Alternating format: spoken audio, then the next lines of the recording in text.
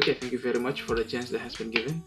And in this video, I'm going to talk about uh, four main questions in the assessment in ELT course. So there are four questions. The first is what have I learned in ELT, in the assessment in ELT. So what have I learned is it's mainly about the types of assessment in ELT, because what I was expecting was like I thought assessing in ELT was just there are only several types. Maybe I thought like there was only like maybe five or six of them, since since in English for me personally there are only like five that we should actually understand, like listening, speaking, reading and writing, and grammar structure.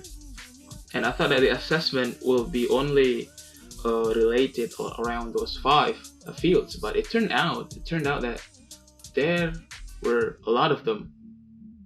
And based on what I have learned in the first session, and since there are 36 or 36, I don't know, 30-ish students in my class, which means there are 30-ish too. There are 30-ish type of assessment in ALT too, and that's kind of like mind blowing for me. I found it. I wasn't expecting that, to be honest. And then what have I found easy? In terms of finding something easy, I think it's easy to understand the basic concept or the definition of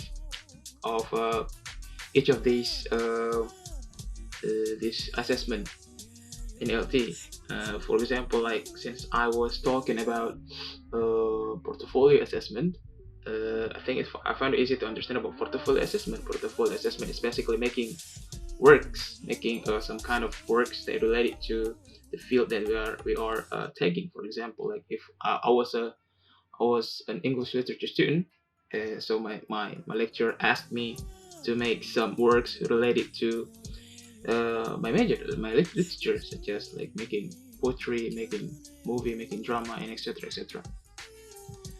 And then the things that I found difficult, what I found difficult is kind of like related to the first question. Like there are a lot of types of assessment in LT, right?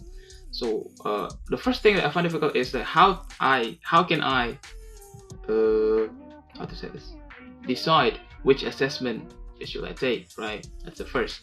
And the second thing that I find difficult is since the first sessions was talking about definition, concept, examples, and that kind of thing, but I think none of them, or maybe there are several of them that talks about the practice or how to design the assessment. Like for example, like let's say I was a teacher and then I have a class, and then I want to know my class English proficiency level, for example. So I want to give them let's say a TOEFL or TOEIC test, but how should I pick the correct difficulties for them? Right? That's that's the example, and that's the thing that kind of bothers me. Uh, and then the last question is, what do I want to know? In terms of what I want to know, it's kind of related to the previous question. Like, um, basically, I want to know more about how to design, how to determine the correct one, how to choose the correct assessment, basically how to assess, and mainly about practicing on making this assessment. And I think that is all from me. Thank you for watching and have a nice day.